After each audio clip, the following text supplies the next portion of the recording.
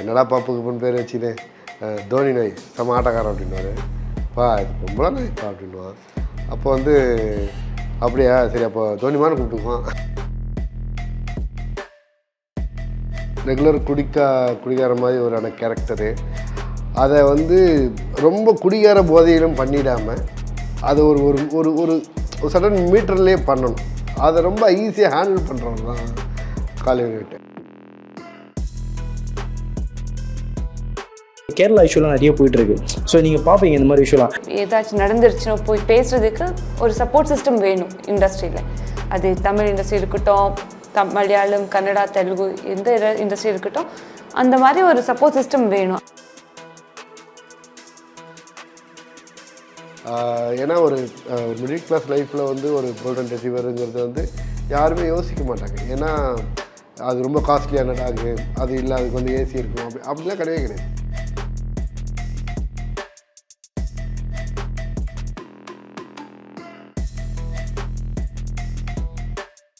எல்லா நாட்டிலையும் எல்லா ஸ்டேட்லையும் எல்லா வீட்லையும் இருக்கும். என்னோட நண்பர் வணக்கம், நான் உங்கள் கார்த்திக். ஸோ இன்னைக்கு நேர்காணல யார் கூட இணைஞ்சிருக்கோன்னு பார்த்தீங்கன்னா தோனிமா இந்த படக்குழு தான் நினைஞ்சிருக்கோம். ஸோ அவங்க மீட் பண்ண போகிறோம். படத்துடைய டைரக்டர் அண்ட் ஹீரோயின் வந்திருக்காங்க. ஸோ அவங்க மீட் பண்ணி நம்ம நிறைய விஷயம் பேசலாம். வாங்க. வணக்கம் சார். வணக்கம். எப்படி இருக்கீங்க? நல்லா இருக்கு. நீங்க சார் எடுத்தாலும் வந்து ஃபர்ஸ்ட் கேட்குறேன், தோனிமா அப்படின்னு வச்சிருக்கீங்க. ஸோ தோனி அப்படின்றது உங்களுக்கு எல்லாரும் புரியுது. பட் தோனிமா அப்படின்னு இருக்கிறதுக்கான காரணம் என்ன சொல்லுங்க.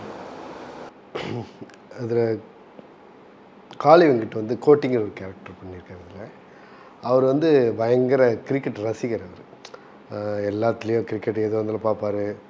அந்த மாதிரி மகனுக்கு வந்து டிராவிட் பேர் வச்சுருப்பார். ஸோ பையனோட பேர் டிராவிட்டு. ஸோ அவர் வந்து அந்த டாகை பார்க்குறப்போ அவர் என்னடா பேர் என்னன்னா வந்து பப்புப்பா அப்படின்வான். என்னடா பாப்புக்கு பேர் வச்சுன்னு தோனி நாய் செம ஆட்டக்காரன் அப்படின்வாரு. பா இது பொம்பளை நாய்ப்பா அப்படின்வான். அப்போ வந்து அப்படியா சரி அப்போ தோனிமான்னு கூப்பிட்டுக்குவான் அப்படின்னு அவங்கள பையனையும் சமாளிக்கணும், அந்த பேரையும் அவங்க எடுத்துடக்கூடாதுன்ற மாதிரி ஒரு பேர் வைப்பார்.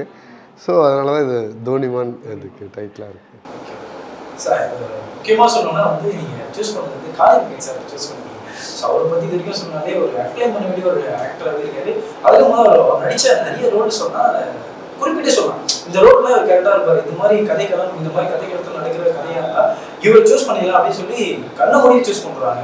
இவரை வந்து இந்த கதைக்களத்தை எடுத்துகிட்டு வரணுன்ற ப்ராசஸ் இல்லை, இந்த கதை ஐடியா வந்து ஃபார்ம் ஆகிற போதே நான் வந்து அவர்கிட்ட மீட் பண்ணி அவர்கிட்ட சொல்லிட்டேன். ஒரு 5 to 10 minutes அந்த ஐடியா சொல்லும் போதே அவருக்கு பிடிச்சிருந்தது. இந்த மாதிரி இந்த கதைக்குள்ளே உங்களோட கேரக்டரேஷன் என்னங்கிறத அவருக்கு நான் சொன்னேன். சொல்லும் போதே நல்லா இருக்கு நான் பண்ணானா அப்படின்னாப்புல. எனக்கு தெரியும் இந்த கதையில் வந்து ஒரு ரெகுலர் குடிகார மாதிரி ஒரு கேரக்டரு. அதை வந்து ரொம்ப குடிகார போதையிலும் பண்ணிடாமல் அதை ஒரு ஒரு ஒரு சடன் மீட்டர்லேயே பண்ணணும். அதை ரொம்ப ஈஸியாக ஹேண்டில் பண்ணுறவர் தான் காளி வெங்கட். அது வந்து அதுன்றது கிடையாது, அவர் நல்ல ஒரு நடிகர். அப்புறம் ஸோ இந்த மாதிரியான விஷயத்தை கொடுக்குறப்ப ரொம்ப அதை ரொம்ப சாதாரணமாக ரொம்ப ரியலிஸ்டிக்காக அதை வந்து ஹேண்டில் பண்ணுவார். ஸோ அதனால் நான் அந்த எழுதும் போதே இதை வந்து காளி வெங்கட் அப்படிங்கிறத சொல்லி அப்படி தான் அந்த கதை ஃபார்ம் ஆனது. ஸோ அதனால் அந்த கதைக்காக அவர் தேடி போகாமல் இந்த ஐடியா வரும்போதே அவர் கதையை அவர் சூஸ் பண்ணிட்டேன். அதுக்கப்புறம் அவர் வச்சு தான் அந்த ஸ்க்ரீன் பிளேவே போச்சு. அண்ட் அதுக்கப்புறம் வந்து மேம் வந்து நீங்கள் சூஸ் பண்ண காரணம் என்ன ஏன்னா அவங்க 2-3 படம் பண்ணியிருக்காங்க. இந்த ஜடாலாம் கூட நம்ம பார்த்துருக்கோம். ஸோ ஜடாலேயும் வந்து வந்திருப்பாங்க. அதுவும் வந்து என்ன சொன்னால் நார்மன்ற சம்மந்தப்பட்ட அந்த கதைகளோடு வந்திருப்பாங்க. ஸோ இவங்க சூஸ் பண்ணுறாங்க. இல்லை, இந்த இவங்க வந்து நான் ஜடா படம் பார்த்துட்டு ரொம்ப இன்ஸ்டாவில் வந்து பேசிட்டோம். அப்போ வந்து நான் ஒரு பேர் இவர் கதை பண்ணுறேங்க, உங்களுக்கு இன்ட்ரெஸ்ட் இருக்கா அப்படின்னு கேட்கும்போது சார் நீங்கள் சொல்லுங்கள் சார்ட்டு உடனே நம்பர் ஷேர் பண்ணாங்க. நம்பர் ஷேர் பண்ணோடனே நான் ஒரு ஐடியாவை சொன்னேன். இதை சொல்லும் போதே அவங்களுக்கு பிடிச்சிருந்தது. சார் நான் பண்ணுறேன் சார் அப்படின்னாங்க. எனக்கு வந்து இந்த படத்தில் வந்து தனம்ங்கிற கேரக்டர் வந்து உழைச்சி தேஞ்ச ஒரு கேரக்டர், ஒரு ஃபிசிக்காக அப்படி ஒரு இமேஜ் வேணும்ன்ட்டு தான் அவங்க அப்ரோச் பண்ணது. அவங்க அதை கதை கேட்டவொடனே ஓகேனாங்க. என்ன அந்த இங்கே வந்து அவங்க நடிக்கிறதுக்கான அந்த ஸ்லாங் ப்ராப்ளம்ஸ் அவங்களுக்கு தமிழோட பிரச்சனைகள் அதுவும் அது மெல்ல மெல்ல மெல்ல மெல்ல குறைஞ்சிருச்சு. நீங்கள் படம் பார்க்குறப்போ அந்த மாதிரி எந்த ஒரு ஃபீலுமே இருக்காது. ஸோ அப்படி தான் ரோஷினி உள்ள வந்தாங்க. உங்களுக்கு ஒரு விஷயம் சொல்லலாம். ட்ரைலர் பார்க்கும்போதே ஒரு விஷயம் நினச்சேன், இவங்க ஆக்சுவலாக சிலர் வந்து டப்பிங் பேசுனாங்கன்னா கண்டுபிடிச்சிடலாம். டைலாக்ஸில் போட்டாலும் நீங்கள் கரெக்டாக பேசுனீங்க. நான் அதை நல்லா நோட் பண்ணேன், எனக்கு நல்லா நோட் பண்ணேன். இப்போ நீங்கள் பார்க்குறதுக்கும் ட்ரைலராக இருக்கவும் டோட்டலாக வேறு மாதிரி இருக்கீங்க. இப்படி சொல்லுவாங்க வீட்டில் ஒரு மாதிரி இருப்பாங்க, வெளியே அவங்க பேஷன் வேற மாதிரி அவங்க அப்படின்ற மாதிரி அது மட்டும் தான் இருக்கீங்க இப்போ நேரில் பார்க்கும்போது. ஸோ இதுக்காக நீங்கள் ப்ராசஸ் பண்ணியிருப்பீங்களா? டைலாக் வைஸ் இப்போ வந்து ஒரு வீடியோ ஒரு என்ன சொல்ற லைக் வந்து ஒரு வீடியோ ஒரு டைலாக் ஒன்று சொல்கிறாங்க அப்படின்னா அதை ப்ரொடியூஸ் பண்ணுறதுக்கான ஒரு ப்ராசஸ் போயிருக்கு. ஸோ அந்த ப்ராசஸ் பண்ணி சொல்லுங்கள். இல்லை, ஹோம்ஒர்க் நிறையா பண்ணியிருக்கேன் இதுக்கு. ஒரு விஷயம் அது டைலாக்ஸ் கரெக்டாக பேசணும்னு ஒரு விஷயம் இருந்துருச்சுன்னா, செகண்ட் ஒன் அது அந்த ஃபீலிங் வரணும். இப்போ நாங்கள் என்ன பேசுகிறேன் அந்த எமோஷன்ஸ் நான் கரெக்டாக பிடிச்சிட்டு பண்ண மட்டும்தான் அது கனெக்ட் ஆகும் ஆடியன்ஸுக்கு. அப்புறம் ஜெகதீஷ் சார் சும்மா விட மாட்டாங்க. இப்போ நான் ஏதோ ஒரு சொல்லிட்டு போகிறேன்னு வேண்டவே வேண்டாம் சொல்லுவாங்க.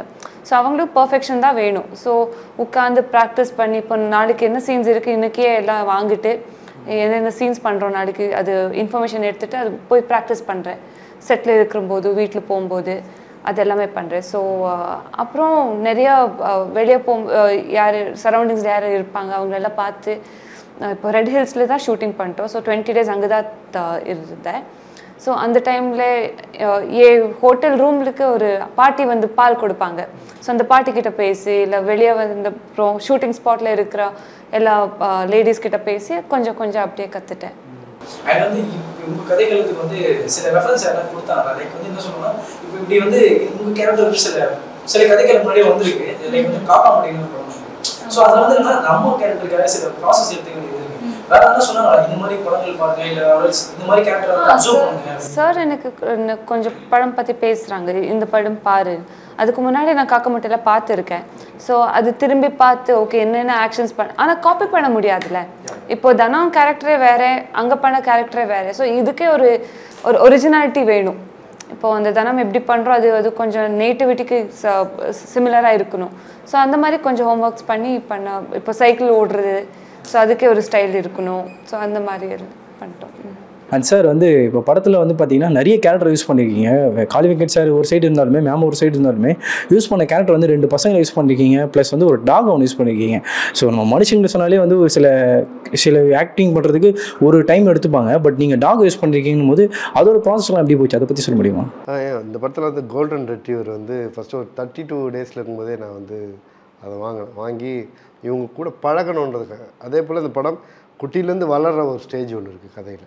ஸோ அப்போ நீங்கள் அந்த இதுக்கு ஒரு டாக் அதுக்கு ஒரு டாகுன்னு இல்லாமல் ஏன்னா பழகணும்ல, அதனால் நீங்கள் குட்டிலேருந்தே வாங்கி அதை பழக ஆரம்பித்தேன். இப்போது அது பழகணும், அது வந்து ஒருத்தர்கிட்ட பழக விடாமல் எல்லாருக்கிட்டையும் பழக விட்டேன். இல்லைனா ஸ்பாட்டில் வந்து நீங்கள் ஷார்ட் எடுக்கிறப்போ அது பர்டிகுலராக ஒருத்தர்கிட்ட பழகிருந்தால் ஒருத்தர்கிட்ட போய் நின்றுடும். அப்படி இல்லாமல் அது யார் கூப்பிட்டாலும் அப்படின்னா அது எல்லோரு கூடயும் பழகணும். அப்படி ஒரு பழக்கத்தை ட்ரெயின் பண்ணி தான் இந்த படத்துக்கு ஷூட் பிளான் பண்ணது. ஏன்னா அந்த பையன் விஸ்வராஜ் வந்து கிட்டத்தட்ட ஒரு ரெகுலராக வருவான் ஆஃபீஸுக்கு. ரெகுலராக வந்து அந்த டாக் கூட பழகிட்டே இருக்கணும். அது தோனிமா கூட அது இன்றைக்கும் எங்கள் வீட்டில் இருக்காது, அது தோனிமாவாக தான் இருக்குது. ஸோ அது இந்த மாதிரி ஒரு பழக்கி தான் இந்த ஷூட்டுக்கு ரெடி ஆனது. அதே போல் இந்த களத்தில் போய் நடக்கிறப்போ ஷூட்டாக நடக்கிறப்போ அது பயந்து ஓடுறது அது மாதிரிலாம் இருந்துடக்கூடாது. அதனால் ஸோ எல்லாருமே அசிஸ்டன்ட் ரைட்டர் முதல் கூட பழக்கத்தில் தான் இருப்பாங்க. ஸோ அந்த மாதிரி தான் இதை ட்ரெயின் பண்ணி தான் இந்த டாக் இந்த ப்ராஜெக்டுக்குள்ளே வந்துச்சு. ஏன்னா ஒரு மிடில் கிளாஸ் லைஃப்பில் வந்து ஒரு கோல்டன் ரெட்ரீவருங்கிறது வந்து யாருமே யோசிக்க மாட்டாங்க. ஏன்னா அது ரொம்ப காஸ்ட்லியான டாகு, அது இல்லை அதுக்கு வந்து ஏசி இருக்கணும் அப்படிலாம் கிடையாது. இந்த டாகை பொறுத்த வரைக்கும் அது தயிர் சாதம் கொடுத்தாலும் சாப்பிடும், பிரியாணி கொடுத்தாலும் சாப்பிடும், பழைய சாதம் கொடுத்தாலும் சாப்பிடும். ஸோ அதுக்கு வந்து நீங்கள் பாசத்தை தான் காட்டணுமே தவிர அது ஃபுட்டுங்கிறது செகண்டரி தான். அது நீங்கள் அரவணைச்சிட்டிங்கன்னா அது உங்கள் கூட ட்ராவல் பண்ணும். அதுக்கு மேலே கீழெல்லாம் அப்படிலாம் கிடையாது. அதுக்கு வந்து எல்லாமே அது மக்களுக்கு தேவை, அதுக்கான தேவை பாசம் தான். அதில் நடித்த அந்த 2 பசங்க இருக்காங்களே சார், ஸோ இவங்களை ஆக்டிங் எப்படி இருந்துச்சு, இவங்களை எங்கே கொண்டு வந்தீங்க ஃபஸ்ட்டு? ஆக்சுவலாக விஷயம் வந்து இது வரைக்கும் படம் பண்ணதில்லை, இதான் ஃபஸ்ட்டு படம். எனக்கு அப்படி இப்போ வந்து நான் ஆஃபீஸ்க்கு வந்து நிறைய பசங்களை பார்த்தேன். அப்போது பார்க்குறப்போ விஷயம் வந்து ஒரு யூனிக்காக இருந்தான் அந்த முகம் பார்க்குறப்போ. அப்புறம் இன்னொன்று வந்து நீங்கள் எதை சொன்னாலும் ஈஸியாக வந்து கேட்ச் பண்ணுற ஒரு குவாலிட்டி இருந்தது அந்த அவர்கிட்ட. ஸோ அப்போ நீங்கள் வந்து நீங்கள் என்ன சொன்னாலுமே அதை இமிடியேட்டாக அவன் ஒரு மாடுலேஷனையும் பண்ணுவான். நீங்கள் சொல்லி கொடுத்தது மட்டும் சொல்ல மாட்டான், அதுக்கு ட்ரெயின் பண்ணுவான், அதுக்கு ட்ரெயின் ஆகும். நீங்கள் வந்து இது ஒன்று சொல்லு அப்படின்ட்டு அவர் மேபி அவங்க அப்பா அவனுக்கு சொல்லிக் கொடுக்குறாங்களா இல்லைன்னு தெரியல எனக்கு. ஆனால் ஒரு நாளுமே நீங்கள் வந்து சீனை புரிஞ்சுக்கிட்டு அவன் நடிக்கிற விதங்கள் எல்லாமே ரொம்ப இன்ட்ரெஸ்டிங். வந்து ரிஹர்சல்லே சொல்கிறேன், ரிஹர்சலில் நிறைய பையனை பார்த்துட்டு ஃபைனலாக நான் வந்து ஃபில்டர் பண்ணது தான் வந்து விஷயம். அதே போல் அவருக்கு ஃப்ரெண்டு ஆக்சுவலி ஒரே குடும்பத்தில் 2 பசங்க கிடையாது, ஒரு ஃப்ரெண்டு ஒரு பையன், அவனும் அப்படி தான். அவன் 2-3 படங்கள் பண்ணியிருக்கான். ஸோ அவனுக்கு ரொம்ப ஈஸியாக இருந்தது. எதை சொன்னாலும் எப்பவுமே ஒரு ஃப்ரெண்ட்ஷிப்பாக வந்து ஒருத்தன் பயங்கர ஹைட்டாக இருப்பான், ஒருத்தன் குட்டையாக இருப்பான், இவனை வாடா வாடான்னு சொல்லிட்டு இருப்பான், இவன் அவனை மாட்டிகிட்டு இருப்பான். இந்த மாதிரி ஒரு வேரியேஷன் தான் அழகாக இருக்கும்னு நினச்சி தான் அந்த மாதிரி ஹைட்டில் ஒரு பையனை ஃபிக்ஸ் பண்ணது. Okay sir. அதே மாதிரி உங்களை முன்னாடி இருக்க படங்கள்லாம் பார்க்கணும், முக்கியமாக சொல்லி ஆகணும். அதில் சிகைன்னு ஒரு படம் இருக்குது, அதில் வந்து கதிர் சாரை வச்சு நீங்கள் எடுத்திருப்பீங்க. ஈவன் அந்த படம் வந்து ஓடிடியில் அதுதான் மேபி ஃபஸ்ட்டு வந்ததான்னு நினைக்கிறேன். ஸோ அந்த படம் வந்து ஒரு முக்கியமான படமாக இருந்துச்சு. அதுலேயும் வந்து என்ன சொல்லணும்னா, நீங்கள் பேசின கண்டென்ட் தான் ரொம்ப மேட்டராக இருந்துச்சு. அந்த கேரக்டர் வந்து எடுத்த விதம் வந்து ஒரு கே கேரக்டரை வந்து கொடுத்துருப்பீங்க. அதில் கதிர் அவங்க வந்து கே கேரக்டரில் பண்ணியிருப்பாங்க. ஈவன் அந்த படம் ஃபுல்லாகவே அந்த அவரோட பிஹேவியர்லேருந்து எல்லாமே வந்து அந்த நுணுக்கமாக சில விஷயத்தை நோட் பண்ணியிருப்பாங்க. அதோட ப்ராசஸ் சொல்லுங்கள், அது எப்படி அவர் இம்ப்ரூவ் எடுத்துக்கிட்டு. அந்த படத்தில் வந்து அவங்களோட ஓன் ப்ரொடக்ஷனு, அதனால் வந்து இன்னொன்று நான் வந்து கதிரும் சரி விக்ராந்தும் சரி இவங்க 2 பேருமே வந்து என்னை 100% நம்பினாங்க. அதனால் அவங்க ஒரு 1.5 months 2 months ஒரு ட்ரைனிங் இருக்குன்னா அதை வந்து பண்ணாங்க. ஏன்னா விக்ரம் சார் இன்ன வரைக்கும் பக்ரீத்தில் வச்ச அளவுக்கு தாடி வச்சதே கிடையாது அவர். ஸோ அவ்வளோ பெரிய தாடி. அவருக்கு என்ன ஒரு பயம் தோணுன்னா, இந்த மாதிரி எனக்கு வந்து முகம் பிடிக்காமல் போயிடப்போ சார் அப்படின்னு. நான் எனக்கு பிடிக்குன்னா கண்டிப்பாக பிடிக்கும் சார், நான் உங்கள் முகத்தை பார்த்துக்கிட்டே இருக்கணும் அப்படின்னு சொல்லுவேன். அதே போல் தான் கதிர் சிகைக்கு வந்து அவர் ஆஃபீஸ்லேயே குறுக்க கயிறு கட்டி வச்சுருப்போம், எக்ஸ்போர்ட் தான் நடந்துகிட்ருப்பார் அவர். ஸோ அது மாதிரி எல்லாருமே ட்ரைன் பண்ணுறது தான். நீங்கள் அவங்களுக்கு அந்த கேரக்டரை சொல்லி அவங்களுக்கு புரிய வச்சுட்டாவே அதை இன்னும் அதை ரொம்ப சூப்பராக பண்ணது வந்து கதிர். நீங்கள் சிகையில் வந்து அதை ரொம்ப ஸ்ட்ராங்காக ஒரு அந்த பொண்ணை அடித்ததுக்கப்புறம் நடப்பாப்பில் அதெல்லாம் எக்ஸலண்ட்டாக இருக்கும். ஸோ அந்த படமும் என்னோடய ஃபஸ்ட்டு படமாகவே கூட அது வந்து ஒரு மிகப்பெரிய எக்ஸ்பெரிமெண்ட்டாக தான் இருந்தது. ஏன்னா அப்புறம் அது தேட்ரிக்கல் இல்லாமல் அது வந்து தமிழ்நாட்டில் வந்து சவுத் சைடில் வந்து ஃபஸ்ட்டு ஓடிடி படமாக வந்தது. ஸோ அதுவும் ஒரு நல்ல எக்ஸ்பீரியன்ஸ் தான். சரி, படத்துக்கு ஏதாவது ஒன்று ட்ரை பண்ணிகிட்டே இருப்போங்கிறது தான். Okay sir. சார் அதே மாதிரி உங்கள் அடுத்த படம் வந்து இந்த பக்ரீத். ஸோ அதில் வந்து என்னென்னா படம் இந்த உங்களோட கண்டென்ட் எல்லாமே வந்து வித்தியாசமாக இருக்குது சொல்லப்போனால். இப்போ நீங்கள் ஃபஸ்ட்டு படம் சிகை பண்ணுறீங்க, அதுக்கப்புறம் இந்த பக்ரீத் டோட்டலாக வந்து நல்லா இருக்குது, ஒரு வித்தியாசமாக இருக்குது. அதாவது என்ன சொல்லலாம், இந்த மாதிரிலாம் பண்ணலாமா, ஒரு என்ன சொல்ல ஒரு விலங்கை வச்சுக்கிட்டு நம்ம கூட ஒரு அனிமல்ஸ் கூட வச்சுட்டு ட்ராவல் பண்ணுற விதமும் சரி அந்த கண்டென்ட்டும் சரி அந்தளவுக்கு இருக்குல்ல. இந்த மாதிரி கதைகளை நீங்கள் எப்படி எடுக்கிறீங்க? அதே மாதிரி பக்ரீத்தில் வந்து நீங்கள் விக்ராந்த் சாரோட எஃபர்ட் எப்படி இருந்துச்சு, அதை பற்றிலாம் சொல்ல முடியாது? விக்ராந்த் சார் வந்து சூப்பர் ஆக்டர். அவர் வந்து நீங்கள் அவர் கூட பழகுனீங்கன்னா தெரியும். ஷூட்டிங் ஸ்பாட்டில் சரி நல்ல கேரக்டர் அவர். நீங்கள் என்ன சொன்னாலுமே ரெடியாவார். நீங்கள் அவர் வந்து அவ்வளோ எஃபர்ட் போடுவார். இமிடியேட்டாக அதை வந்து உருவாக்கிட்டு அவர் என்கிட்ட வந்து எனக்கு தெரிஞ்சு பக்ரீத் வந்து எனக்கு வந்து ஒரு 2 months முன்னாடியே பவுண்டட் வாங்கிட்டார் அவர். நான் அப்போ வந்து ஒரு 6th chapter 7th chapter எழுதிட்டுருக்கேன். அப்போவே அவர் பவுண்டட் வாங்கிட்டு அப்போதுலேருந்தே அந்த கேரக்டராகவே பேசிகிட்டு இருப்பார். சார் இப்படி பேசுகிறேன், அவர் ஆஃபீஸ் வந்துடுவார், வந்து சட்டையை கட்டிட்டு ஒரு துண்டு மட்டும் போட்டுட்டு ஃபோட்டோ எடுப்போம். சும்மா அவரை வச்சு அதெல்லாம் பண்ணிக்கிட்டே இருப்பேன். அப்படி நம்ம பண்ண தான் நம்ம வந்து அது ஸ்க்ரீனுக்கு வந்து நீங்கள் கன்வெர்ட் பண்ணுறப்போ படமாக அது வந்து அவங்களுக்கே அது ஒரு இன்ட்ரெஸ்ட்டாக மாறும். ஏன்னா புதுசாக நம்ம ஏதோ ஒன்று பண்ணுறோம், ஒரு அனிமல் கேபில் அவர் கூட பழகணும், அது கூட அவர் ட்ராவல் பண்ணணும். ஒரு ஸ்டேஜுக்கு அப்புறம் அவர் ரொம்ப பழகி அது காலர் பிடிச்சி கிடச்சிதுன்னா சார் அது பசி சார்னு சொல்கிற அளவுக்கு ஆகிட்டார். ஸோ அந்த மாதிரி இன்னொன்று அவர் வந்து விக்ரம் சாரை பொறுத்த வரைக்குமே வந்து நீங்கள் நம்பி ஒரு கேரக்டர் கொடுத்துடலாம். நீங்கள் அதுக்கு 100% அப்படியே வந்து உள்ளே உட்காந்துருவார் அந்த மாதிரியான ஒரு பர்சன். அதனால தான் உங்களுக்கு பக்ரீத் வந்து என்னால் அந்த ஒட்டகத்துக்கும் அவருக்கான காம்பினேஷன் அந்த எமோஷன் எல்லாமே பண்ண முடியுது. அதே மாதிரி இப்போ உங்களுடைய இந்த கதைக்களத்தில் வந்து பார்த்தீங்கன்னா நார்த் மெட்ராஸ் பேஸ் பண்ணி காட்டுறீங்க. அதுவும் இல்லாமல் நீங்கள் பேசுகிறத ஒரு என்ன சார் கவர்மெண்ட்டுக்கு எதிராக ஒரு சில விஷயம், இது இயல்பாக இல்லை கவர்மெண்ட் எதிரான்ற சொல்லோட இது இயல்பாக ஒரு வாழ்வியலோட குரல் தான். இப்போது நம்ம என்ன சொல்லுவோம், குரல் நம்ம தான் வசதி பேசணுன்ற ஒரு விதம் இருக்குல்ல. அதில் நீங்கள் சொல்கிற விதம் வந்து அந்த காவாசைடு வந்து இருக்க என்ன சொல்கிறேன் மால்லாம் அந்த விஷயம் சொல்கிறீங்க. ஸோ அது வந்து இயல்பாக நீங்கள் பார்த்த விஷயமா இல்லை வந்து இது எப்படி? இல்லை, நீங்கள் அந்த நான் இங்கே கொளத்தூர் சைடில் இருக்கிறப்போ அது கேட்ட விஷயம் தான். இவங்க நிறைய பேர் அங்கே வந்து கொளத்தூர் பக்கம் இந்த ரெடில்ஸ் பக்கம் விநாயகபுரம் சைடில் எல்லாமே வந்து நிறைய பேருக்கு வந்து பட்டா எல்லாமே லைஃப் வாழ்ந்துட்டுருக்காங்க. அவங்களுக்கு வந்து அது வந்து மிகப்பெரிய தூரத்திலே இருக்குது. அது இன்றைக்கி நாள் வந்துருக்கு. அது அப்படி ரொம்ப நாளாகவே அவங்களோட நம்பிக்கை ஓடிட்டுருக்கு. ஸோ அந்த மாதிரி இந்த ஒரு கதையில் அது ஒரு பேக்ட்ராப்பாகவே இருக்கட்டும். காவா இதில் பக்கத்தில் பெரிய மால் வருதான் வந்துச்சு, நம்ம வீட்டுக்கு பட்டா வந்துடும். இப்படி தான் இங்கே பக்கத்தில் கொல்லம் நோண்டுறாங்க, ஏரி கட்டுறாங்க, இதுக்கும் சேர்த்து பட்டா கொடுத்துருவாங்க, இந்த பக்கம் பிரிட்ஜு வருதான், அதுக்கு இப்படியே வந்து நிறைய மக்கள் வந்து நம்பிட்டு வாழ்க்கையை ஓட்டிகிட்ருக்காங்க. ஸோ அந்த களவும் இந்த கதைக்குள்ளே இருக்கட்டுங்கிறது தான் இந்த கதைக்குள்ளே கொண்டு வந்தோம். அண்ட் வந்து நீங்கள் வந்து இப்போ மாடலிங்கில் தான் ஃபஸ்ட்டு வந்துட்டீங்க. ஸோ மாடலிங்லேருந்து வந்துட்டு நீங்கள் கேஜிஎஃப் தான் நினைக்கிறேன், கர்நாடகா. ஓகே. ஸோ அங்கே நீங்கள் கோல்டு மைனிங்லாம் கூட நிறைய பார்த்துருப்பீங்கன்னு நினைக்கிறேன் சின்ன வயசுலேருந்து.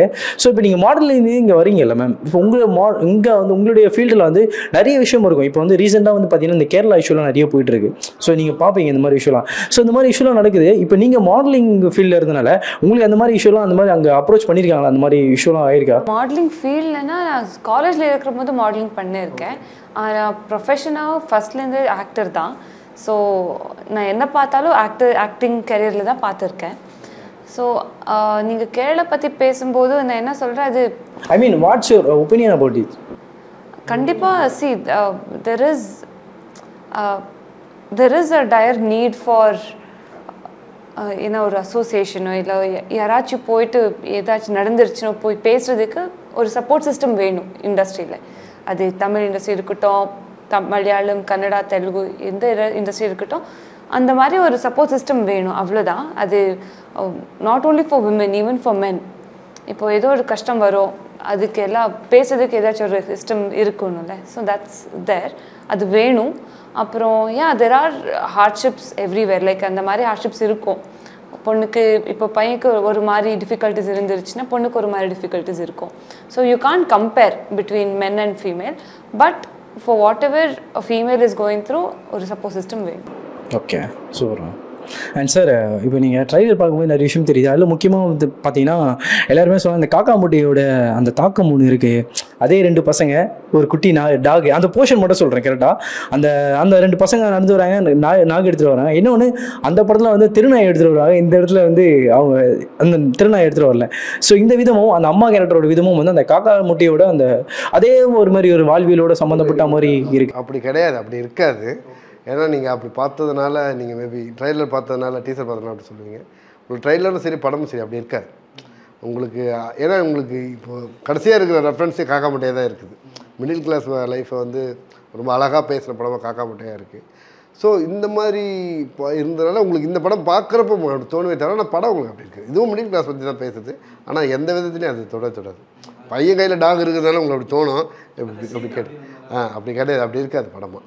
ஸோ இப்போ மக்கள் வரணும் அப்படின்னா வந்து ஃபேமிலியோடு வரலாமா, எதை நம்பி வரலாம்? இப்போ படத்துக்கு வந்து நிறைய படம் அந்த டேட்டில் ரிலீஸ் ஆகுது. இப்போ செப்டம்பர் 20 வந்து ரிலீஸ் ஆகுது. ஸோ அன்றைக்கி வந்து நிறைய படங்கள் ரிலீஸ் ஆகுது. எங்கள் படத்துக்கு இது வாங்க, இது உங்களுக்கு கேரண்டியாக இருக்கும் அப்படின்ற என்ன சொல்லுவீங்க? இல்லை தோனிமா வந்து உங்கள் லைஃப்பில் ரொம்ப கனெக்ட் ஆகும் அந்த படம். உங்களுக்கு வந்து ரீசெண்டாக அந்த வாழை உங்களுக்கு எந்த அளவுக்கு இம்ப்ரெஸ் பண்ணிச்சோ அந்த மாதிரி வந்து தோனிமா வந்து கண்டிப்பாக உங்களுக்கு இம்ப்ரெஸ் பண்ணும். ஏன்னா இதில் வந்து ஒரு ஃபேமிலி ட்ராமா இருக்குது, இன்னொன்று டாக் இருக்குது, காமெடி இருக்குது, எமோஷனல்ஸ் இருக்குது. ஸோ கண்டிப்பாக உங்களுக்கு வந்து நீங்கள் தேட்டரில் வந்து பார்த்து ஒர்த்தான படமாக இருக்கும் தோனிமா. இந்த படம் ஒன்று பண்ணியிருக்கீங்க, அதே மாதிரி வனங்கானும் பண்ணியிருக்கீங்க. ஸோ பார்த்தோம் வனங்காலையும். அதில் வந்து நீங்கள் இந்த படம் முன்னாடியே வந்து பண்ணிட்டீங்களா, இல்லை வனங்கான் ஃபஸ்ட்டு பண்ணீங்களா? இல்லை தோனிமா ஃபர்ஸ்ட் பண்ணிட்டேன், வனங்கான் அதுக்கப்புறம் தான் சைன் பண்ணிட்டேன். ஓகே. ஸோ அப்போ இந்த படம் பார்த்து தான் உங்களை அங்கே கூப்பிட்டாங்களா, இல்லை எப்படி? இல்லை அது அவங்களுக்கு கூட இன்ஸ்டாகிராமில் பார்த்து பாலசர் டீம் காண்டாக்ட் பண்ணாங்க. இந்த மாதிரி ஒரு இருக்குது, ஆடிஷன்ஸ் பண்ணணுன்னு. ஸோ இம்மீடியட்டாக வந்து நான் ஆடிஷன்ஸ் பண்ணி அதுக்கப்புறம் தான் செலக்ட் ஆகிட்டேன். ஓகே. அண்ட் சார் வந்து இப்போது நீங்கள் நிறைய டைலாக் வந்து சொல்கிறது கிரிக்கெட் ஃபேன்ஸுக்காகவே சில விஷயம் சொல்கிற மாதிரி இருக்குது. ஏன்னா காளி வெங்கட்டும் அதில் வந்து ஒரு கிரிக்கெட் ஃபேன் மாதிரி இருக்குது. அதெல்லாம் தலை தோனியோட அந்த ரெஃபரன்ஸ்க்காகவே நீங்கள் அந்த பேர்லாம் வச்சுருக்கீங்கன்னு தெரியுது கிளியரா. ஸோ இந்த படத்துக்கு வர்றது அதிகமாக கிரிக்கெட் ஃபேன்ஸ் வரலாமா? நிறைய சீன்ஸ்லாம் உள்ளே இருக்கா? இல்லை, காளி வெங்கட் ஒரு சினிமா ஒரு கிரிக்கெட் ரசிகர் தான். ஓகே, அந்த மாதிரி தான் இருக்குது. மற்றபடி இது அதை தாண்டி வேறு ஒன்றுமே இல்லை. ஓகே. ஸோ ஃபேமிலி அவர் வந்து ஒரு கிரிக்கெட் பார்க்குறவர், கிரிக்கெட்டை மொபைலில் என்னென்ன கிரிக்கெட்டை பார்த்துக்கிறாரு, தான் பையனுக்கு பேர் வச்சார், தன்னோட டாகுக்கு பேர் வச்சார். இந்தக்குள்ளே தான் இருக்குது. இதை தாண்டி பெருசாக கிரிக்கெட் செலிப்ரேட் பண்ணுற அளவுக்கான இடம் இல்லை எதுவுமே. சினிமாட்டோகிராஃபி எவ்வளோ சார் இதுவாக இருந்துச்சு? ஏன்னா நீங்கள் இப்போ லைவாக பண்ணீங்களா, செட் போட் பண்ணீங்களான்னு தெரியல. பட் பாதி இடம் நீங்கள் பண்ணும்போது வந்து லைவ் அந்த ஷாட்லாம் நிறைய பார்க்க முடிஞ்சது. ஸோ அதெல்லாம் நீங்கள் எப்படி சினிமாட்டோகிராஃபி எப்படி ஒர்க் பண்ணீங்க? அது கண்டிப்பாக நான் பேசிக் கேமராமேனாக இருந்ததுனால என்னால் அதை ஈஸியாக வந்து ஹேண்டில் பண்ண முடியுங்கிறது தோணுச்சு ஸ்கிரிப்டில். அதை நான் என்னால் கரெக்டாக ஒரு கேமராமேனுக்கு கன்வே பண்ணவும் முடியும். ஸோ எனக்கு இந்த படத்தை வந்து இப்படி தான் இருக்கும், இந்த மாதிரி தான் இருக்கும், லென்சிங் முதற்கொண்டு இப்படி தான் இருக்குங்கிறத வந்து முன்னாடியே பிளான் பண்ணது தான். அது நம்ம கதை நமக்கு ரைட்டிங் எழுதும் போதே தெரியும். ஏன்னா நம்ம அந்த சைடில் இருந்ததுனால உங்களுக்கு ஒரு ஷார்ட்டு நீங்கள் ஒரு எழுதுறீங்கன்னா இந்த ஷார்ட்டை எப்படியா கம்போஸ் பண்ணலாங்கிறது ஒரு ஐடியா வந்துடும். ஸோ அந்த மாதிரி நான் வந்து என்னோடய கேமராமேன் பாக்யராஜ் சரி, சஜித்குமார் சரி, இவங்க 2 பேருக்குமே நான் கன்வே பண்ணிட்டேன். இந்த படம் இப்படி தான் இருக்கும், நிறைய ஷார்ட்ஸ் வந்து ஷோல்டரில் தான் இருக்கும், நீங்கள் வந்து கொஞ்சம் மெனக்கெட்டு தான் ஆகணும். அப்புறம் ரொம்ப ஒரு சினிமாட்டிக்கான லைட்டிங் பேட்டர்ன் இதில் இருக்காது, ரொம்ப ஒரு சிம்பிள் பேட்டர்ன் ஆஃப் லைட்டிங்கில் தான் இருக்கும். அது வந்து ப்ராக்டிக்கல் லைட்டிங் சொல்லுவாங்க. ஸோ அந்த மாதிரியான லைட்டிங்கில் தான் இதில் இருக்கும். அப்படின்னு அதெல்லாம் அண்டர்ஸ்டாண்ட் பண்ணிட்டாங்க. படமும் நீங்கள் படம் பார்க்கும்போது தெரியும், அது அந்த மாதிரி மூடில் தான் இருக்கும் ஓவராலாகவே. அதே மாதிரி முக்கியமாக அந்த ட்ரைலர் பார்க்கும்போது தெரியுது, அந்த மியூசிக்ன்ற ஒரு விஷயம் தான் ரொம்ப ப்ளே பண்ணும். ஓவரால் படத்துக்கே அந்த மியூசிக்கோட என்கேஜ்மெண்ட் எப்படி இருக்கோ அதை பொறுத்து தான் அந்த படத்தோட இதுவே ஃபுல் பார்க்குறதுக்கு உந்துதலாகவே இருக்கும். ஸோ இதில் சொல்லுங்கள், ட்ரைலர்லேயே பார்க்கும்போது சில பேக்ரவுண்ட் ஸ்கோர்லாம் கூட நல்லா இருந்துச்சு. ஸோ யார் பண்ணியிருக்காங்க அதை? இந்த படத்துக்கு வந்து மியூசிக் வந்து E.J. ஜான்சன் ஒருத்தர் பண்ணியிருக்காங்களா, ஃபஸ்ட்டு படம் அவருக்கு. ஸோ அவர் ரொம்ப இன்ட்ரெஸ்டிங்கான பர்சன். நீங்கள் என்ன கொடுத்தாலும், என்ன கரெக்ஷன் கொடுத்தாலும் சலிக்காமல் பண்ணிகிட்டே இருப்பாங்க. இன்னொன்று அது இல்லாமல் அவர் வந்து மியூசிக் கிளாஸ் டீச்சரு. ஸோ அது வந்து எவ்வளோ கிளாஸ் ரூம்லேருந்து கால் பண்ண போல, இது ஓகேவா சார்லாம் கேட்பாங்கல்ல, சார் முதல்ல வேலையை பாருங்கள் அப்படின்னு. ஸோ அந்த மாதிரி ரொம்ப டெடிக்கேட்டடான ஒரு ஆள். நீங்கள் அதை வந்து நான் ஃபைனல் மிக்சிங் வரைக்குமே நிறைய கரெக்ஷன்ஸ் கொடுத்துட்டே இருந்தேன். இதுலேயும் நிறைய லைவ் பண்ணதை மறுபடியும் லைவ் ரெக்கார்டிங் பண்ணாங்க, மறுபடியும் அதை பண்ண சொல்லி, அப்புறம் வந்து நிறைய வந்து மறுபடியும் சேஞ்ச் பண்ணி மறுபடியும் கோரஸ்க்கு கொண்டு வர சொல்லி நிறைய ஒர்க் பண்ணேன். இப்போ இன்றைக்கி படமாக பார்த்து நான் ஃபைனல் மிக்சிங் உட்காந்து பார்த்து ஒரு மாதிரி ஓகே மனசு திருப்தியானது வரைக்கும் விடலை அவரை. ஸோ நீங்கள் என்ன போடனாலும் கூட வர்றதுக்கான ரெடியான ஒரு பர்சனாக இருந்தாப்புல ஜான்சன். அதே போல் அவர் படத்தில் 3 சாங்ஸ் இருக்குது. 3 சாங்குமே ரொம்ப நல்லாயிருக்கும். ஒரு நடுத்தர மக்களோட வாழ்வியில் சொல்கிற மாதிரியான பாடல்கள் இருக்கும். அப்புறம் கணவன் மனைவிக்கான ஒரு கொஞ்சல்கள் அந்த மாதிரியான ஒரு சாங்ஸாகவும் இருக்கும் அதில். ஸோ சாங்ஸும் ரொம்ப நல்லா பண்ணியதில் ஜான்சன் ஒரு ரொம்ப இன்ட்ரெஸ்டிங்கான music director. Okay sir, okay sir, thank you sir, உங்கள் நேரத்துக்கு ரொம்ப நன்றி. அண்ட் இந்த படம் வந்து செப்டம்பர் 20 வந்து ரிலீஸ் ஆகுது. ஸோ இந்த படம் கண்டிப்பாக வந்து ஃபேமிலி மத்தியிலும் சரி, எல்லார் மத்தியிலும் சரி, இந்த படம் நல்லா ரீச் ஆகி இன்னும் நெக்ஸ்ட் ஸ்டெப்புக்கு நீங்களும் மேமும் சரி, நீங்களும் சரி, இன்னும் உங்களுடைய படங்கள் வந்து இனிமேல் வந்து இன்னும் வித்தியாசமான கண்டென்ட்டில் வந்து வரணும். ஸோ கண்டிப்பாக நாங்கள் எதிர்பார்க்குறோம். கண்டிப்பாக படம் ரிலீஸ் ஆகிற பிறகு நிறைய விஷயத்தை பேசுவோம், நிறைய விஷயத்த வந்து டீட்டெயிலிங்காக பேசுவோம். ஸோ அப்போ இன்னும் ஒரு ஆர்வமாக இருக்கும். ஸோ உங்கள் நேரத்துக்கு ரொம்ப நன்றி. தேங்க்யூ.